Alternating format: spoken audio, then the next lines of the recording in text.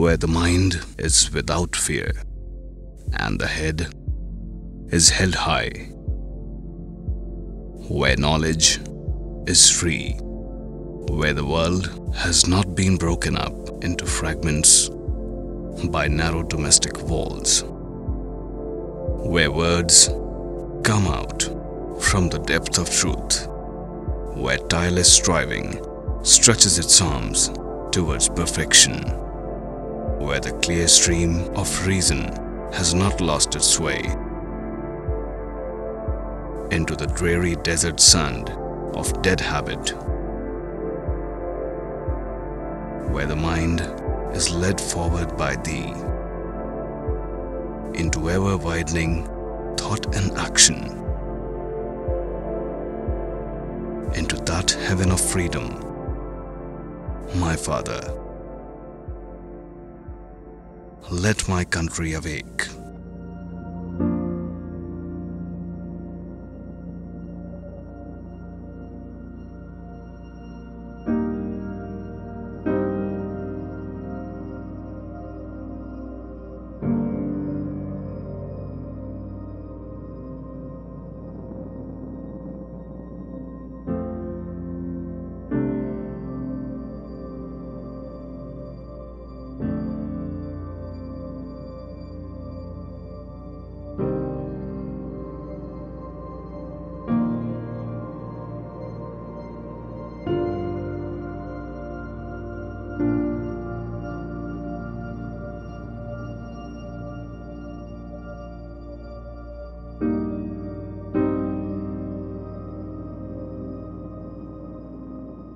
This is the Hijli detention camp. Established in 1930, it housed freedom fighters who dreamt of an India free of its colonial masters. It was here, in 1951, that the first of our IITs was born, 67 years ago. Pandit Jawaharlal Nehru, who laid the foundations of a knowledge economy, in his first convocation address, said, "Here, in the place of that Hijli detention camp, stands the fine monument of India, representing India's urges, India's future in the making." This picture seems to me symbolical of the changes that are coming to India.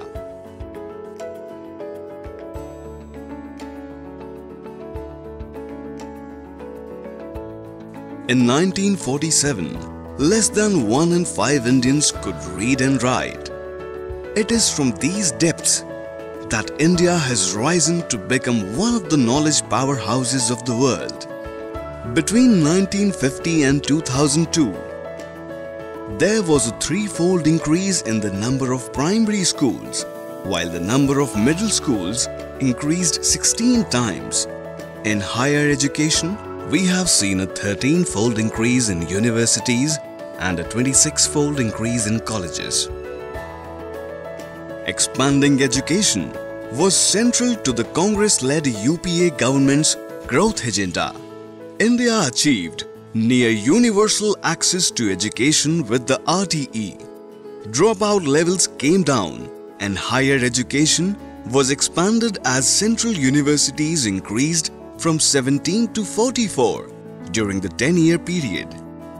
The then Prime Minister, Dr. Manmohan Singh, called the 11th five-year plan as a plan for education and called education as a centered instrument for achieving rapid and inclusive growth. Committing to spend 6% of the GDP on education, the focus was on attracting and retaining talent in our publicly funded education. This led to the highest increase in the salaries of our teachers, who have dedicated their lives to building a new India. In 2010, every child in India was given right to education, and in 2014, India became the nation with the highest number of students. 31.5 crore Indians were pursuing education. Of these, 3.2 crore were pursuing higher education.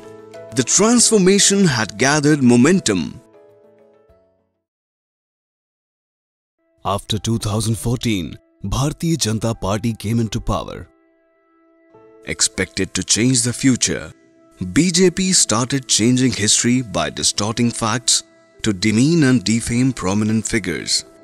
The education system has become the biggest casualty under the BJP government. One syllabus for all universities is resulting in deterioration of the diversity of thoughts and ideas. Lack of uniqueness and originality is demeriting the universities, not just the killing of facts and ideas.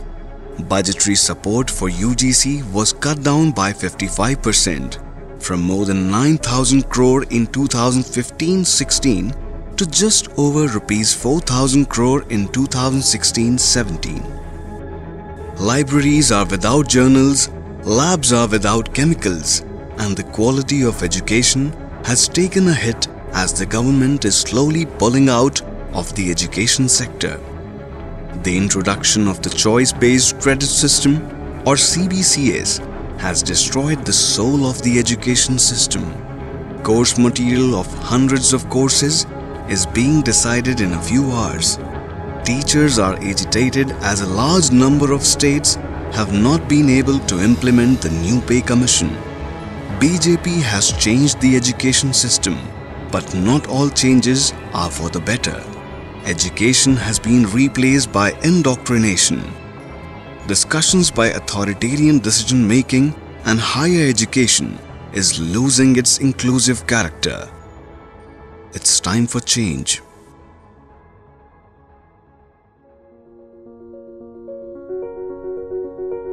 It is time to put the pursuit of knowledge back at the core of our national agenda. It is time to ensure that our best teachers remain in our publicly funded institutions. It is time to set our universities free to pursue excellence by granting them greater autonomy. It's time to set our young women and men free, help them learn, dream, and turn these dreams to reality. It is time to rededicate ourselves to the dreams of our founding fathers. It's time to rebuild our nation.